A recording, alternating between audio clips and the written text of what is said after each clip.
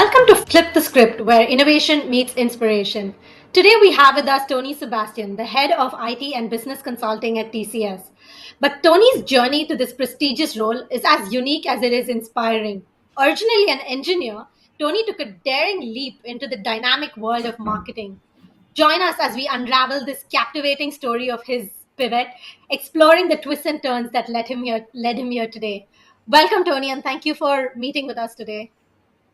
Wow, thanks. Thank you, Ramya. Can I hire you as a consultant to make my CV after this? Because that's like the best and most unrelatable summary of what I've been. To have you here, Tony, and it's going to be a simplified podcast, like you have always.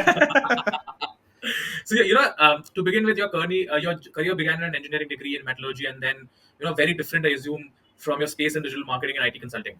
How did that happen? Yeah.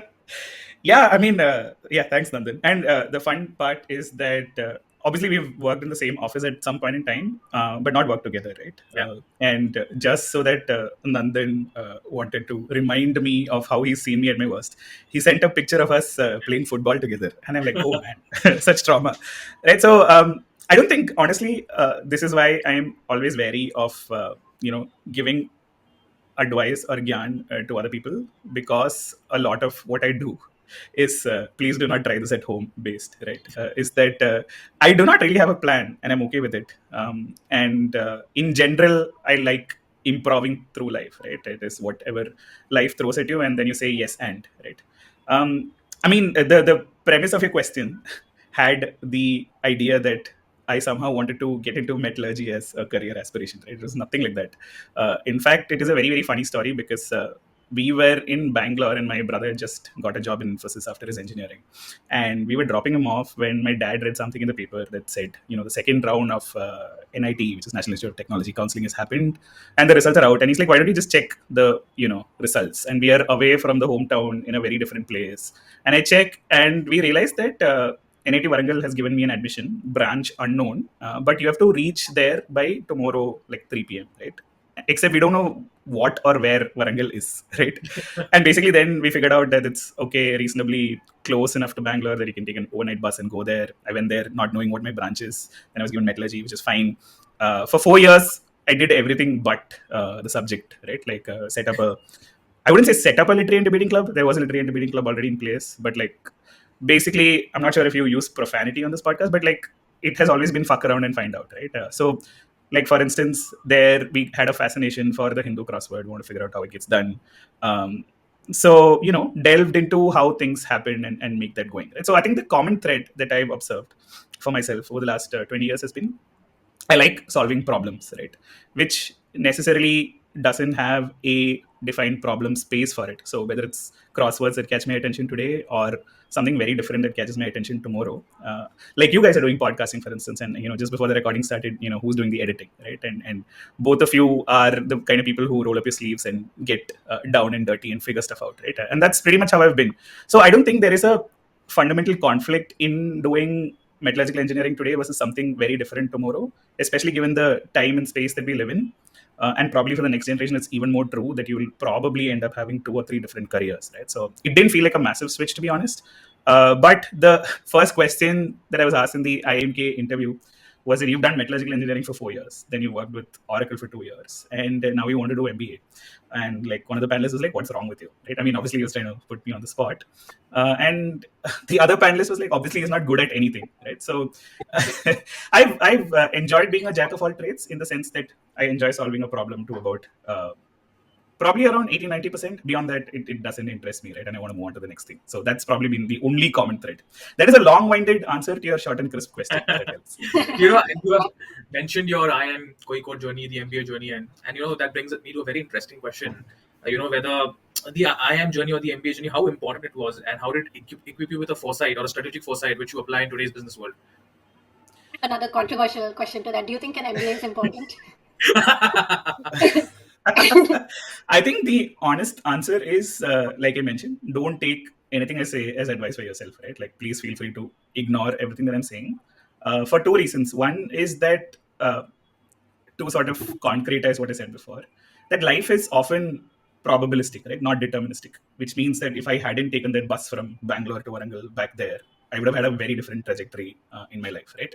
Or the very first time I took the CAT, completely unprepared, I ended up with 98.95 percentile, but I didn't get a call from anywhere, right? And then a couple of years later, I got 99 percentile and I got to IIM Kozhikode. Like none of these things are in that sense.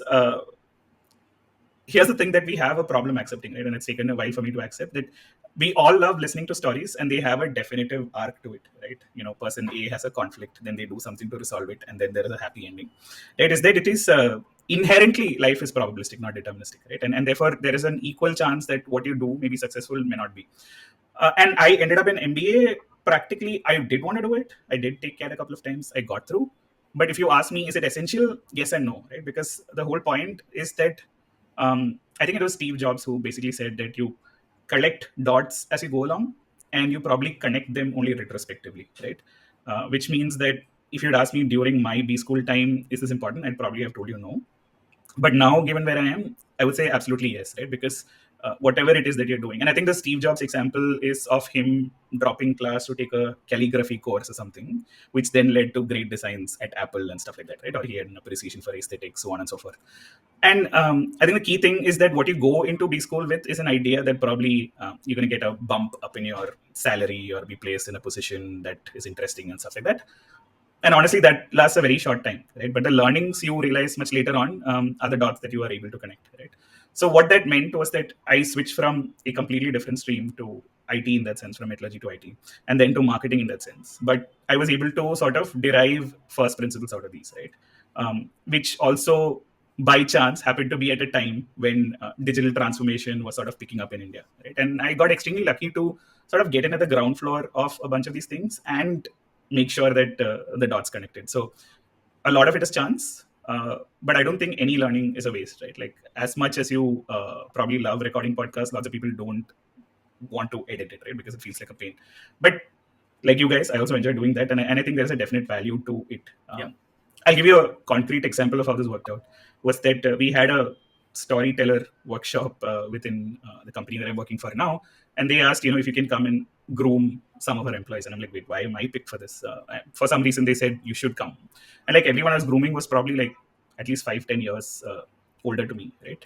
And then I was asked to give feedback to each of them. And I did. And you're not expecting anything when you're giving feedback, except lots of people came back and said your feedback was extremely sharp and to the point and exactly what needed to be said. How did you do that? And I'm like, wait, I don't know. And then I had to, go back and think. Obviously, I couldn't go back and give them the answer, but the answer probably lies in the fact that I've been editing podcasts for the last 2 to 3 years, and therefore I've developed a ear over a period of time to know what is interesting, what is not, what to cut out, what to leave in, right? And you guys will have a tough time doing this because I'm throwing a stream of consciousness at you. But that's the thing, right? Like whatever you do, I don't think it's wasted. It comes back in some shape or form. And therefore, should you do a MBA? Yes and no. Don't do it for the cost-benefit analysis in the immediate term.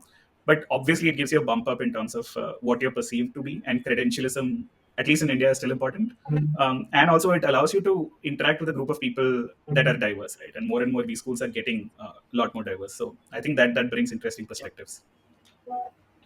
No, and I think you also mentioned something very interesting that I'd like to touch on, where you said like life is so much about chance, and like you've just been like taking things as it comes.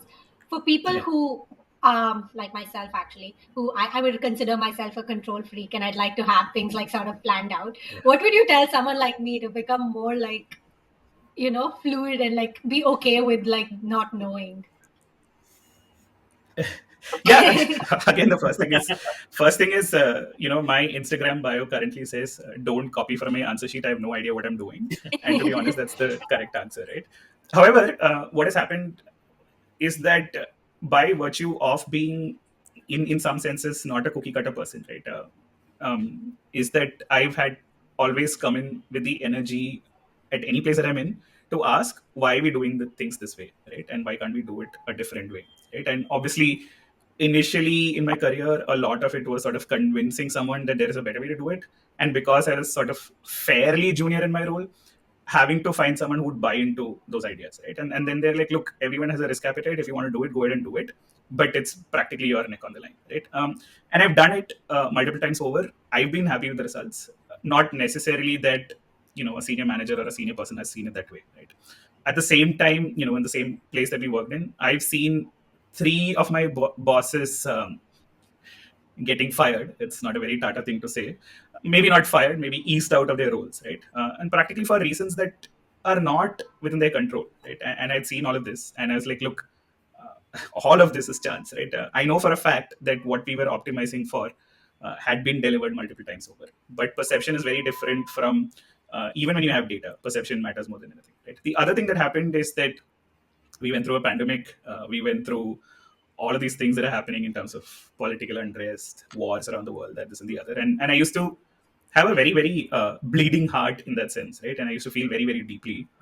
Till I guess age does this to you, that beyond a point you realize that there are very few things that you can actually control, right? And one of the philosophies that has helped me over the last probably 4 to 5 years is an ancient one called Stoicism, right?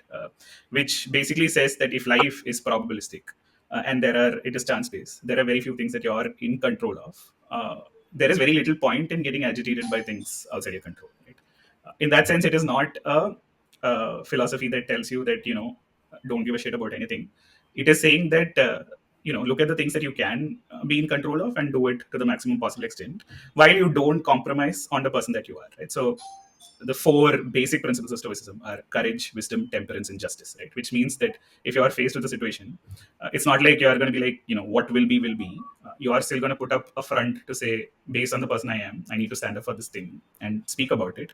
But whether or not, something happens out of it often is beyond my control. So what do I do about it, right? And I think I think age does this to most people, and it's a practice more than it is something that you can learn just like that, right? So yeah, that has helped definitely. All right, cool. Thank you for that. That was more of a personal question for myself. Uh, so, like, I I think don't know my how much next. I'm helping, by the way. Like, I'm open to feedback mid podcast. That's it.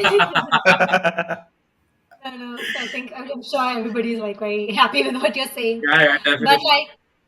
so like my next question is about like again like the move from metallurgy to like digital marketing, which was quite dramatic. So was Yeah. there anything in your engineering degree as well as TAS? Maybe also you can explain what TAS is to the audience, but like that actually Yeah. helped you in your role in digital marketing and like until now even like digital transformation and everything. Yeah. Again, definitely for sure. But it's not prescriptive, right? In the sense that I think what people take out of any degree is mostly up to them rather than it is to the curriculum, right? Um, why I say that is because education all over the world is still pretty much pitching to the middle, right? And it is standardized.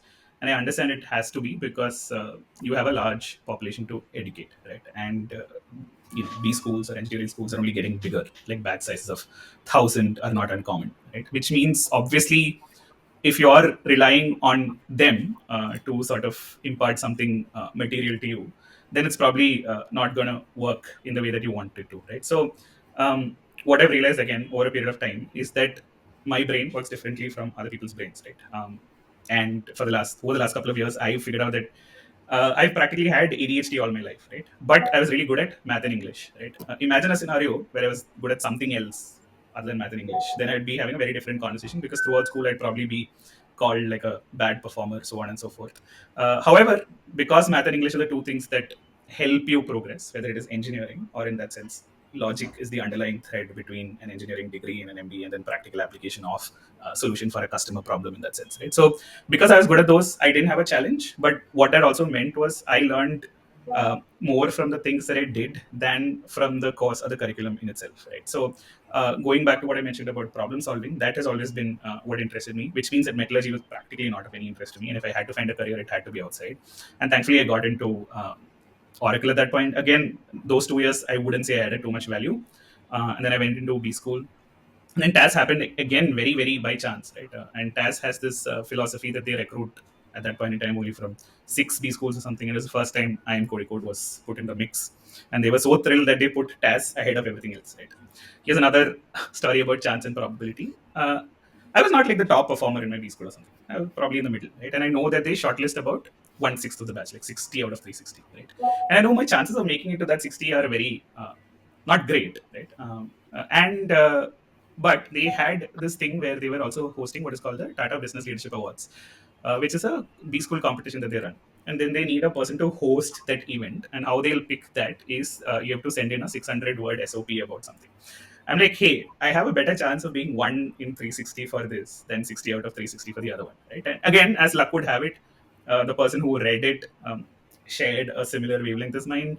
I got picked, therefore I got into the interview process, right? But otherwise, I wouldn't have gotten into it. But keeping all those chance things aside, I think again at each point in time you are making a decision, right? By sort of like sticking to where you are or not moving, that is also equally an important decision. Um, so when you say from metallurgy to TAS to whatever it is that I've done, I've sort of worked it back to first principles to say things that interest me are problems that need to be solved, and how do you get to it. It doesn't matter whether it is going to lead to a future career move that is interesting to me, not interesting to me, that looks good on a LinkedIn resume. As long as I'm solving interesting problems, I'm happy, right? So even in the TAS role, that 7 years I spent at Taj Hotels, for instance, I did a bunch of different roles, right? And again, the chancy thing about it is that digital marketing was just picking up, which meant that I was allowed to do, you know, social media. I was allowed to do search engine marketing. I was allowed to do media buying. In fact, we were one of the first to set up a direct account with Facebook, right? Again, sort of like my boss said, look, if you have the risk appetite, go ahead and do it, right? So solving problems has been the underlying thread. And I don't think it's the same for everyone. Right? So for me, novelty is important. For me, solving the problem is important. For me, monotony bores me to death. There are other people who would probably be interested in one topic and go into it to the nth degree. Right? So there are several of my batchmates who've gone ahead and done PhDs, and they're probably sort of specializing in one area of I don't know, something to do with carbon fibers or steel or something like that, right? Again, I think the underlying point is that it is much easier to hack the world around you than it is to hack your own brain. Yeah. So as long as you follow what it is that excites you on a day-to-day basis, it's a much better thing to do. Right? So my guiding principle has been like, what does your average Thursday look like? Is it causing you stress, or is it giving you not necessarily a kick to wake up in the morning? As long as you're excited enough to go in on a Thursday morning to work and be okay with it for the most part, and you find your jollies elsewhere, I think it's okay. I think what we end up doing is that we want work to be the place where we find everything, right? Because we spend all of our time there. It has to give you money also. It has to give you a good LinkedIn title also. It has to give you the fulfillment also, right? And I don't think it can, at least for me, it has never provided all three together, right? For me, I'm very clear what is important is that work-life balance is critical. I probably want to spend 2 hours that is intellectually stimulating, applying myself to a certain problem. The rest of it, obviously, admin will catch up with you. As long as my weekends are free for myself, I'm okay with that. So I am not even sure what was the question you asked. So sorry for the long answer. No, actually, I think you've covered so many things in one answer that I mean, it's amazing to learn from your pivotal moments, and it's so important to for one to understand what chance they should take. It's so important to take that calculated risk and take those decisions at the right time. Like you rightly said, instead of applying being part of the 1/6 of the batch who was just applying for tasks, you opted for Yeah, being the person who would host that thing and then be a part of tasks. So it's important to yeah, understand your own strengths and take those decisions. On that note, I would like to understand, have more innovative and industry insights from the areas you've worked in. And yeah, innovation often requires challenging established norms, or going beyond the traditional mindsets and practices that we have been following throughout the yeah. ages, and but also while respecting the basic foundations of that particular practice or that area. So, True. can you give us some insight on how innovation has been a very critical part of your journey until date, and how you have managed to uh, respect the foundations, but also be, forward thinking in terms of your approach? Yeah. I think innovation is a big word, but what I think been able to do and keep being interested in is better ways of solving problems. Right? So, like I said, I always bring the energy to say why are we doing things the way they are. Right? I've never been too much of a person who will toe the line, be compliant, not ask questions, that isn't the other. Right? Um, and if there is one thing that I would say that has stood me in good stead is curiosity, right? To figure out how things work, and sort of then also define the problem in some way and solve it, right? Um, and I think the other part is that I firmly believe where we stand today, the moment you stop learning, you start becoming irrelevant, right? And learning is very, very different from sort of picking up buzzwords and jargon and stuff like that, right? because those are surface level conversations, right? Like, for instance, if it is a 40-minute podcast, I could very well speak for 20 minutes about AI because it's the flavor of the season, right? But I don't think that is where a real, I'm hesitating to say innovation, but progress comes from, right? I think progress comes from really asking the simple question to say, why are we doing things the way we are doing? What are we optimizing for? And is there a better way to do it, right? The other challenge is that once a problem is solved, people will come back to you and say, hey, this is obvious. Like, why is this a big deal? Right? Like, if you think of gravity, for instance, right? Obviously, everyone saw an apple fall. Newton figured out that it's due to gravity. But like, I don't know, 300-400 years later, he'll be like, yeah, big deal, man. Obviously, it is gravity, right? Like, what is the big thing that he discovered here?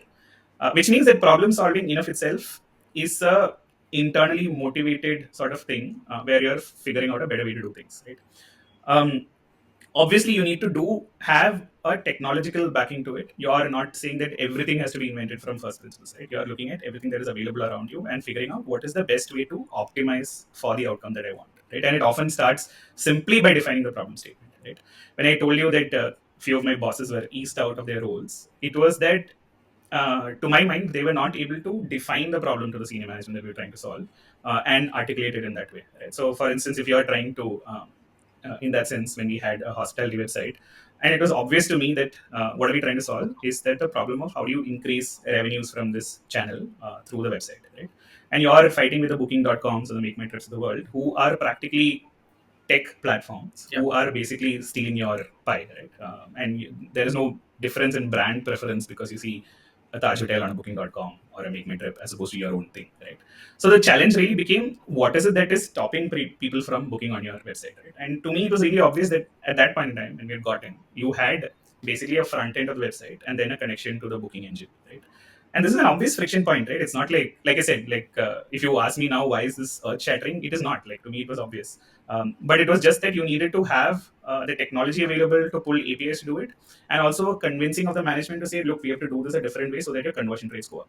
Yeah. So in that sense, by making that simple change and making a simple enough tweak to the website, our conversion rates actually doubled, right? Um, so two parts is one is defining the problem accurately, two is looking at the tools available to do it, and the third is probably connecting the dots as innovation happens. Right? For instance, I think one of the cool things about AI, since we're speaking about AI, is that in Japan, you have this customer problem of obviously they have different types of pastries slash bread rolls, and you need to display them fresh, right? It can't be in a cling wrap or whatever. The problem then is that a person at the counter cannot handle it because you don't want anyone touching your food. So how do you bill it, right? And therefore they had to invent a technology that identified, I don't know, 8 or 20 different types of bread rolls based on pattern recognition that would scan overhead. And then someone else in a completely different geography, I think Europe or something, said that, hey, the way these bread rolls are shaped is exactly how cancer cells are shaped, also, right? So if you can take the same technology and sort of apply it here, you don't need a person actually manually looking at the shapes of cells to see if they have cancers or not. Technology can do it for you, right? And this is not an apparent connection of dots. It's the same solution, technological solution that is applied. But unless and until you are aware of what is around you, you won't be able to apply it, right? That's so true. So to me, innovation is really, again, I hesitate to use the word innovation, but at least incremental problem change is to sort of think outside the box in some senses to say, look, what is the core problem we're trying to target and how do we solve for it better? Either using stuff that is already available or, what else is available around the world, right? And that is where the curiosity part comes in, where you have to be aware of all sorts of technologies, at least at a basic level. And also be able to question agencies that bring in new technologies, right? Sometimes, I think we often times the problem in corporate world is that you can optimize for one of two things. You can optimize for your next role, in which case the real solution is not to solve the particular problem at hand. It is to improve your perception, right? Can I win an award, right? How do I win an award? I do something that is eye-catching, which is not necessarily solving the basic problem at hand. Right? Increasing web revenues over 6 years is not a sexy problem statement, right? But if I can pull off a campaign that is quirky, that is a better story to tell, which gets me eyeballs and will get me to the next level, right? So all these problems exist, but to me, therefore, what has always been more interesting is to solve the problem at hand by cutting through, as it were, all of this bullshit that will come at you, right? And I don't necessarily think that is the best thing to do from a climbing the corporate ladder point of view. Uh, Again, it goes back to your internal compass, right? It is about what can help you out of your bed on a random Thursday while you're 3 years into a particular role. And to me, it is always this part rather than an award I would have won like a couple of years back or something like that. That's so true. You know, we have always, while we were growing up, we've always talked about flying cars in the future or robots doing a lot of things, and that never Yeah. came to reality. So, I just wanted to understand, what is that one thing which is overhyped in your industry, which people are saying this will be the future, but you think it's overhyped? It's just a very personal question. I am not very Yeah. educated in the digital marketing domain. Yeah, I hope you don't play this podcast 20 years down the line where I'm absolutely wrong about what I'm saying, right? Trusting that most content dies a natural death anyway. I wouldn't hesitate. But one of the fascinating things that I wanted to mention is that, the economist John Maynard Keynes, right? He had predicted, I think sometime probably about 100 years ago, not sure about the exact time. Basically, he said during my grandchildren's time, which is around now, humans would only need to work 15 hours a week, right? Because technology would improve so much, because production would improve so much. There is really no need for humans to work as many hours as they would. And his predicted number of hours was 15 hours a week, right? Realistically, if you think about it, we can actually, all of us, lead a happy life just by working for 15 hours, right? But why do people work so much? Is because we want a better, I don't know, bigger TV, bigger car, bigger house, bigger that, bigger this.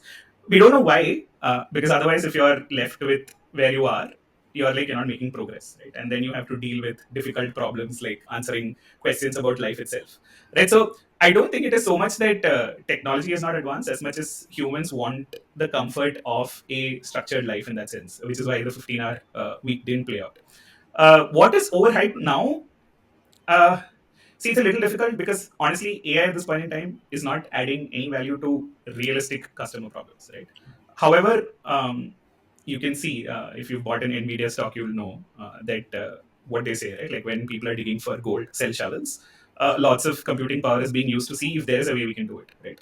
Um, but I think in the longer term, you will have actual customer impact from all of what is being done right now.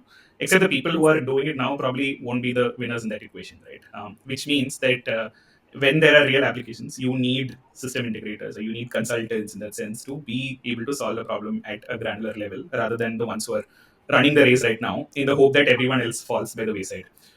I think therefore, combining these two, I think what humans will continue to want is continued meaning of why they exist, right? And even if you think about hospitality, for instance, right, in the Indian context, we have extremely high touch service, right? You could readily replace the front desk. You could readily replace a bunch of other things, but we still crave the human touch, right? For instance, you could through an app or whatever already have like near field contact on your phone, check in online, go to your hotel room, just place your phone, and the door will open, right? And you don't even have to see the housekeeper. You could go into a restaurant and sit at a table and, I don't know, again, through an app, order food, which would just arrive, right? But we still, honestly, if you ask me, the thing that I hate most in restaurants since the pandemic is the QR code menu, right? We still, Absolutely. right? So I don't think efficiency is necessarily something that humans are chasing. It is that connections become more and more important, right? Therefore, technology will go in a direction which says that humans are less important. I think the opposite is true. For instance, right now, and on the last 10 years of digital marketing, why it worked was that performance marketing became a big thing, right? Maybe 10, 12 years ago, people would have said marketing is gas or global gyan or one of those things. What does it actually result in? And performance marketing actually showed you that for every rupee or dollar that you spend, you could probably get $10 or rupees in revenue, right? And there was a tangible way in which it could be showcased. What this has led to over a period of time is an over indexing on performance marketing because you are able to see revenues, right? And in some senses, CFOs and CEOs have been very tempted to say, let us cut down marketing budgets and keep only performance marketing so that we just continue to get this 10x. But the problem is there are not everything is attributable to that one performance marketing layer, right? So why does a brand exist, for instance, right? At the end of the day, we are buying into brands which are nothing but stories, right? And how are stories and brands created? It's definitely not through Google search or performance marketing campaigns. You need a heavy investment in storytelling, in meaning, in connection, and I think that trend will reverse, right? Which is to say that the brands that will stand out now that performance marketing in some sense has been democratized, right? I think the fundamental innovation in advertising, if you think about it, has come from Google first and then Facebook, which are Silicon Valley companies, right? Why Facebook? Because Google still wanted you to set up an account for a large amount of dollars, so on and so forth. Facebook, if you have 500 rupees, you can run an ad. You don't need a creative, you just need an image. You put it in, you type whatever you want to, it shows up as a native ad. If people are interested, they buy. What does this mean by democratizing everything? Is that everything ultimately looks the same, right? Now, if you have, as opposed to when we grew up, when you had probably one car to choose from, one shampoo to choose from, if you have 85 different brands of shampoo to choose from, and it's not even like a physical retail space, you're limited in that context. How do you make the choice, right? You are going to make a choice based on the story it sells you. It is not going to be on the effectiveness, right? Because at the end of the day, most shampoos, soaps, oils, whether or not you put I don't know, charcoal in your face wash or guano in your conditioner, it's not going to change much, right? You're not evaluating a product for its efficiency or efficacy. You're buying it for the story it says. So in that sense, I think these trends are cyclical. Performance marketing will now give way to brands that tell better and better stories, and that will continue, right? And at the same level, humans will want to continue to chase meaning. And as much as technology tries to disconnect us, I think the technologies that will win out are the ones that connect us more and more. Right? For instance, you guys are in two completely different locations, and you are able to run a podcast seamlessly, which would probably not have been possible, let's say, even 5, 6 years back. And you've settled on this platform, Podcastle, for instance, after looking at least 10 different products. Right? So I think technologies that connect humans will win out. I think what will get under indexed and not play out are the ones that disconnect humans. And obviously, this is a very, very personal answer. I'm not sure if it will play out or not. Yeah. But Absolutely. And I think you also touched upon the trends of what you feel is going to happen in the next 10 years. So, for someone who wants to get into marketing or digital marketing right now, what would you tell them that they should learn, or what skills should they pick up to actually excel based on what you think the trends are going to be? yeah, I think by now digital marketing has been fairly commoditized, right? So when I had joined, which is probably 12 years ago, it was still that there was mainline advertising and then there was digital, which was like a subset. Right? By now, because of this trend, budgets have obviously shifted way more towards digital marketing, and it's become fairly commoditized. And I think the answer lies again in the whole thing to say, where do you then get value out of, right? So it may not necessarily be in optimizing your web page for click throughs from Google anymore. It might be in a different shape, size, or form. I think the answer lies in sort of going back to first principles and defining what is it that you're trying to solve. So if it is revenues that you're trying to grow, where do you get inputs for it, right? And the tools are secondary, right? So tomorrow Google might change its algorithm and then the SEO team might come and tell you to do X or Y or Z. I don't think it is as important as having an appreciation for the larger problem that you're trying to solve and knowing that any new technology that comes up is not rocket science, right? In fact, it is the opposite. Like I said earlier, to run an advertising campaign, you needed a specialist agency, you needed creatives, you needed tracking codes, you needed analytics, that, this, and the other. Facebook is like, no, you have 500 rupees, you can do it yourself. So, in some senses, technology is going to make things easier. And what the my personal advice is that don't try to complicate things, right? I think there is a lot of value in simplifying as opposed to complicating, right? It's a classic consultant thing, right? Like if you can't convince them, confuse them, I think that's going to, at least in my view, that changes, right? And why I'm able to say that you don't actually need to spend so many hours at work is that I used to head media buying for a while, which means there'd at least be 10 different agencies, technologies pitching to me every day, asking for a meeting. And I had a very simple template to avoid meetings. I would write back to each of them with 5 pointed questions saying, what do you do for these things? What is your approach? How do you improve this? Right? And 95% of the salespeople wouldn't reply, right? And those meetings just go away. The other 5%, if they had a considered response, then you take the meeting and you figure it out. Right? So I think the era of if you can't convince them, confuse them will run out because more and more you will have smarter people who understand things. Right? So, for instance, earlier digital was disconnected from marketing. I think both of them will fuse together into the same thing. Right? And IT was a completely different beast. I think everything you will have more and more leaders who have understanding of the space.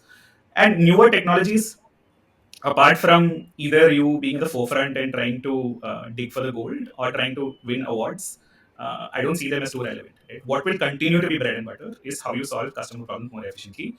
Um, and it comes down to the simple philosophy, right? If it's in marketing, it is about customer empathy, right? Is that how do I get this person from point A to point B in the shortest possible energy that she needs to expend, right? And that'll give you the answers. So to me, it is more fundamental rather than investing in technology A, B, or C. Right? SEO is going to change probably. Digital marketing itself is probably going to change because privacy is becoming more and more important. Right? So right now, if you ask me, privacy, accessibility, all of these things will continue to become important. And if you are like looking at domains to specialize in, these will, and how you handle data, for instance, right, is becoming more and more important, because we've suddenly realized that, should we give all of these data to these advertisers, and therefore how do we go about it?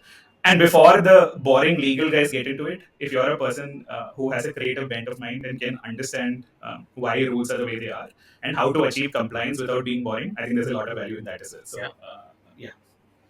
That was amazing. I think we have had a masterclass in marketing from Tony today. Oh my God. So, yeah. Masterclass in life, I think. Yeah, definitely, definitely.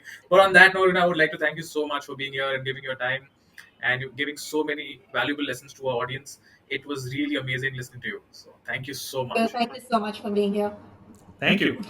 I hope it was useful. I don't know what I've said, but yeah, thanks. It was. Very kind. Thank you. We will not copy from your answer sheet. Yes, exactly. Good way to tie up the thread. But thank you so much.